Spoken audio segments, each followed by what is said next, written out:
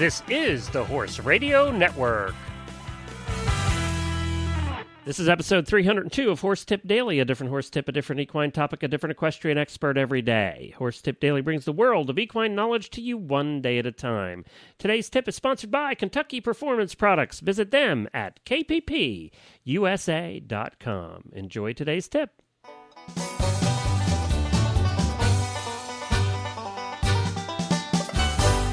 Hi, Glenn the Geek back with you from Lexington, Kentucky, horse capital of the world, and you're listening to Horse Tip Daily. Well, tomorrow is it. One day until the start of the World Equestrian Games. I will be recording these shows ahead during the World Equestrian Games, so I've put all these in the can. So the shows you're going to hear for the next 3 weeks have all been done ahead of time because I will be over covering the World Equestrian Games, as I've mentioned before, every day for a long days. We'll be doing our daily wrap-up shows for the 2010 radio show each evening at 7 o'clock at the International Equestrian Festival in downtown Lexington. So we're pleased to be doing that. If you're coming in for the games, please do stop by one evening and say hi to us. We'd love to meet you. And one of the people coming in for the games, staying at our house, is Michelle Bergeron and her husband, who is a fantastic cook, I might add, and who I'm told is going to be cooking quite a bit for us. We met Michelle soon after we started the Horse Radio Network, and she runs Right Lead Equestrian Center, has done some tips for us in the past, and we're going to bring you one of her tips today. And this tip is sponsored by Kentucky Performance Products. I just want to give a shout-out to Karen and her entire crew at Kentucky Performance Products. We're going to be down at the International Equestrian Festival together. We get to spend quite a bit of time together down there in the evenings anyway when we're down there, but they'll be down there every day. So if you're heading in for the World Equestrian Games, stop down to their booth at the International Equestrian Festival at the Convention Center in Lexington and say hi to Karen. Tell her that you're a listener to the Horse Radio Network shows. I'm sure she would appreciate that. You can check out all of their fine products at kppusa.com.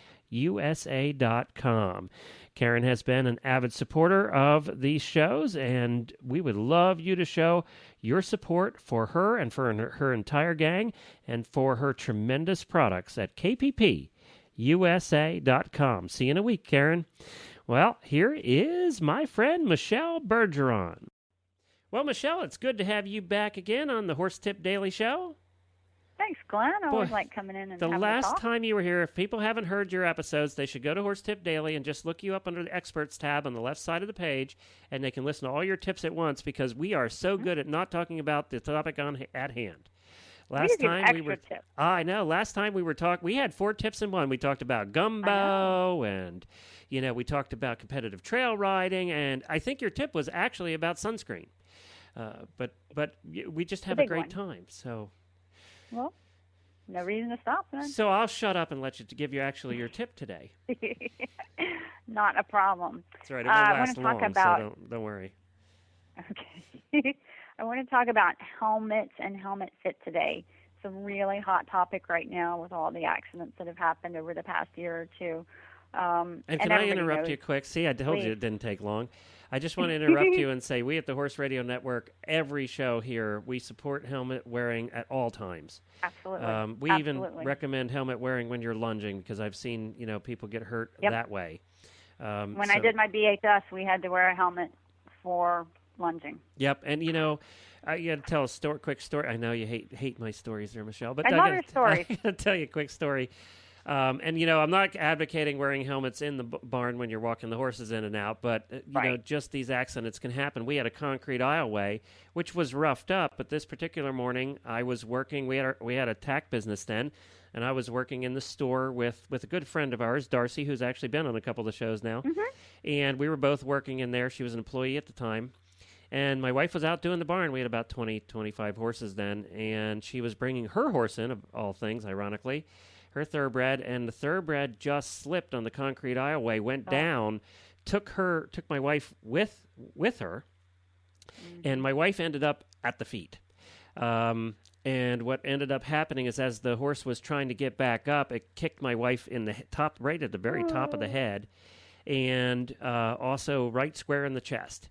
And so we're in there working, and all of a sudden my wife comes, into the house, holding the top of her head with blood everywhere. Oh my God. And she ran into the bathroom, got a towel, came out and said, I need to go to the hospital now. And, we didn't know what happened. We had no Right. idea. So I said, okay, what I should have done is say, lay down. I foolishly said, okay, get in the car. So we got in the car. Well, we drove a mile, and the hospital was about 5 miles away, but we had to drive through this little town, and we drove a mile, and she was starting to pass out on me.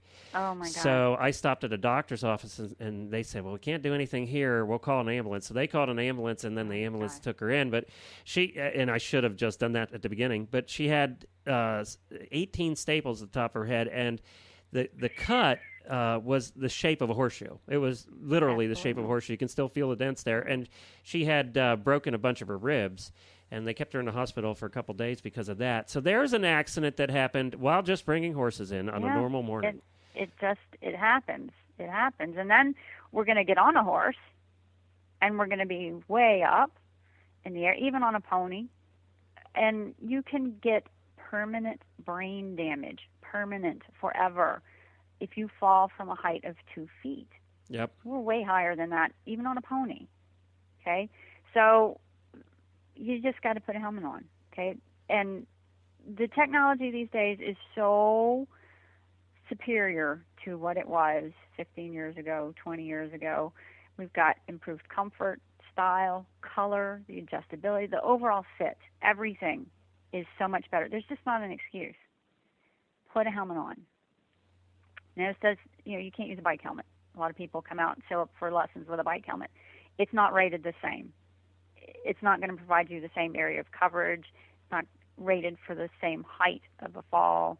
It's not rated for a horse stepping on your head. Yeah, kicking you in the head, So you have to find a helmet that's ASTM SEI approved for riding. Well, who are they and what do they do? ASTM, the American Society for Testing and Materials. This is a group of volunteer doctors, engineers, physicists, people like that, science and medical people. And they set the standards for the safety equipment, okay? Not just equestrian safety equipment, all sorts of equipment for sports, okay? And they revise the standards every 5 years. The SEI is the Safety Equipment Institute, and they're an independent lab, and they test the helmets to ensure that they meet the standards that the ASTM says they do. So you've got a little check there. Now, the interesting statistic here is that the American Medical Equestrian Association estimates that the use of ASTM SEI-approved helmets has decreased riding-related head injuries by 50%. I'm actually surprised it's not higher than that. I would have imagined too, but you think of people using quote helmets that are really not helmets, that are the items of apparel.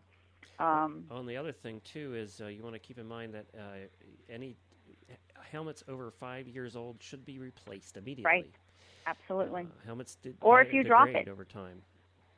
Yep. Or drop if you it on use the it cement. for what it was intended for.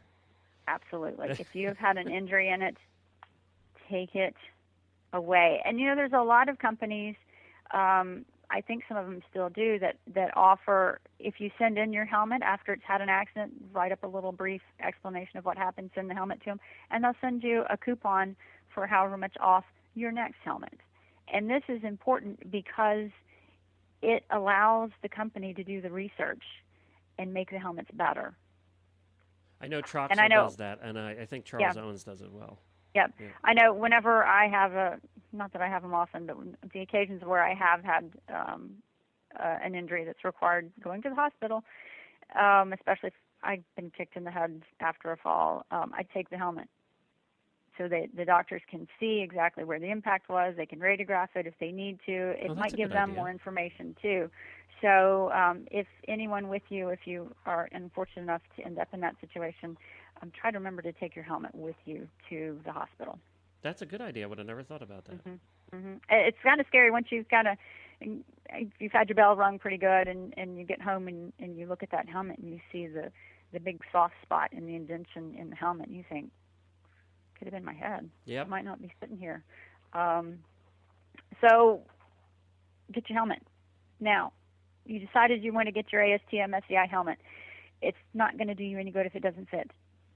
So the best case scenario in the ideal world is you go to your tack shop and you have a trained individual help you select and fit your helmet. Well, maybe you live somewhere like here where there are no tack shops. What are you going to do now? Well, you're going to have to measure it for yourself. So you want to have your hair done if you're a girl, and maybe if you're a guy. You want to have your hair done the same way when you're measuring for your helmet that you're going to wear it when you ride. So get your hair all done up, and you're going to measure the circumference of your head just above your eyebrows. And you're going to whip out your favorite tack catalog and look on the chart for the measurement on your head and find out your size. Now, if you don't have a tack catalog, then you're going to have to do some math. So you take your measurement, divide it by our friend pi, 3.14. You're going to round it to the nearest 1/8 of an inch. That value is going to be the size of your helmet. So now you know what size you're going to wear. Really the best thing now is to start trying on helmets. So you try one on that is labeled for your size, and you want to make sure that the visor is not pointing up. I've seen this lots of times, pointing straight up off the eyes. Not good. That visor's got to be level, okay? And it needs to be 1/2 inch to 1 inch above your eyebrows. If it's lower than that, lower than the 1/2 inch, you're probably going to have your visibility impaired a little bit. So make sure you can see where you're going. You're going to look like that character on that one cartoon, Fat Albert, that had the hat. The hat way down. Yeah. I think we're dating ourselves. Yeah, we really are exactly there. What you're talking about. So, and this one's kind of funny. We've all seen this, people going in and trying on helmets, and you get the one that's too small, and it just kind of perches on your head, sort of like a cartoon character. Okay, don't do that. That's not going to help you any. Even if you put it on, if you can get it on, but it leaves a red mark or you get headache, that's not good. This needs to be comfortable, okay? And the opposite's true too. If it's too large, it's going to roll around in your head. It's going to fall in front of your eyes. Say you're on your way to the jump and your horse trips, your helmet falls in front of your face. This is not good, okay? So make sure you've got the right size. Now, we can even go a whole nother place these days because some people have a more oval head than other people. So you can get a long oval helmet now. You're going to know this if you put the helmet on and it rocks side to side. You probably got a long oval head. If you put the helmet on and it rocks more frontwards or backwards, you probably got more of a round head. So not a big deal. Just try a different style, a different model's helmet. Okay, some of these helmets are going to come with pads, and so you stick the little pad in, and that'll help make a minor adjustment. It's not going to correct a major problem, but it'll help you correct a minor problem.